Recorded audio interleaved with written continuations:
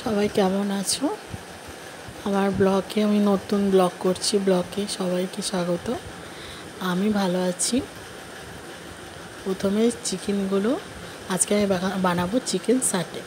প্রথমে চিকেনগুলো জল ঝরিয়ে আদা রসুন লঙ্কার পেস্টটা দিয়ে দিলাম।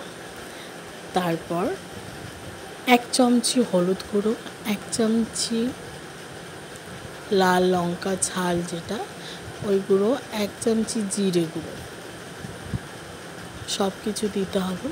আর আমাদের এখানে না শ্যামনগরে খুব বৃষ্টি পড়ছে, এই জন্য মনে হলো একটু চিকেন সাটে চিকেন পকোড়া এইসব ধরনের কিছু খাই। আর একটু বেসন দিলাম 2 চামচি।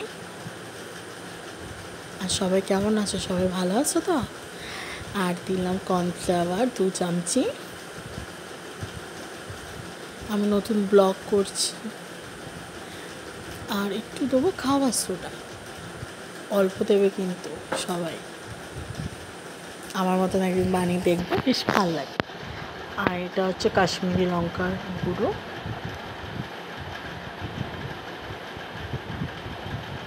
দিয়ে দিলাম। আর এখন দেবো গোলমরিচ গুঁড়ো।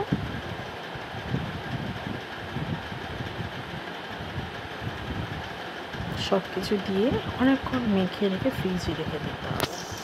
আর একটা ডিম ভাটি দিয়ে দিলাম। একটাই ডিম দিলাম, কেন আমার চিকেনটা ছিল 500 চিকেন, তো একটা ডিম যথেষ্ট। আর একটু বেশি নিলে 2টো ডিম ছাড়া হবে না, ঠিক আছে?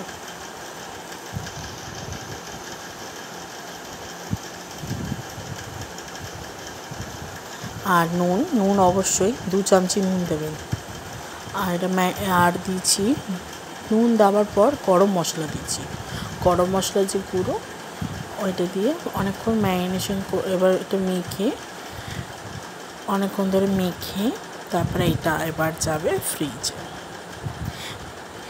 যেমন আমি সকালবেলা মেখেছি দুপুর দিকে, আর করেছি বিকেলবেলা, তেমন আপনারা সময় বুঝে করবেন। বিকেলবেলা দেখা হবে। ফ্রিজে রেখে দিলাম, বিকেলবেলা বানাবো যখন আপনাদের সাথে শেয়ার করব। এবার কড়াই বসিয়ে দিলাম।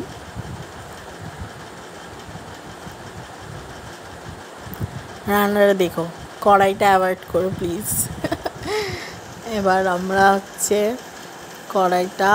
কড়াইটা আমাদের এমন হয়ে গেছে না, কড়াইটা রান্না করতে করতে এমন একটা কড়াইয়ের প্রতি ভালোবাসা হয়ে গেছে, আর কড়াইটা মনে হয় না চেঞ্জ করি। আর নিশ্চয়ই ব্লগ করছি নতুন কড়াইটা চেঞ্জ করে দেব। আবার আপনারা খারাপ কমেন্ট করবেন না প্লিজ। আর চিকেন পকোড়াটা বানিয়ে খেয়ে কমেন্ট করে জানিও কিন্তু কেমন লেগেছে, ঠিক আছে?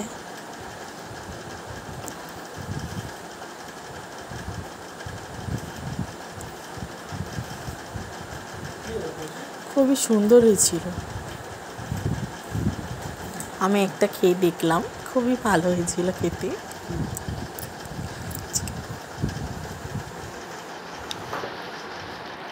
সবাই বানিয়ে খেয়ে কমেন্টে লিখো। 2-3টে চিকেন সাটে করে আর তারপরে চিকেন পকোড়া করেছি আমি।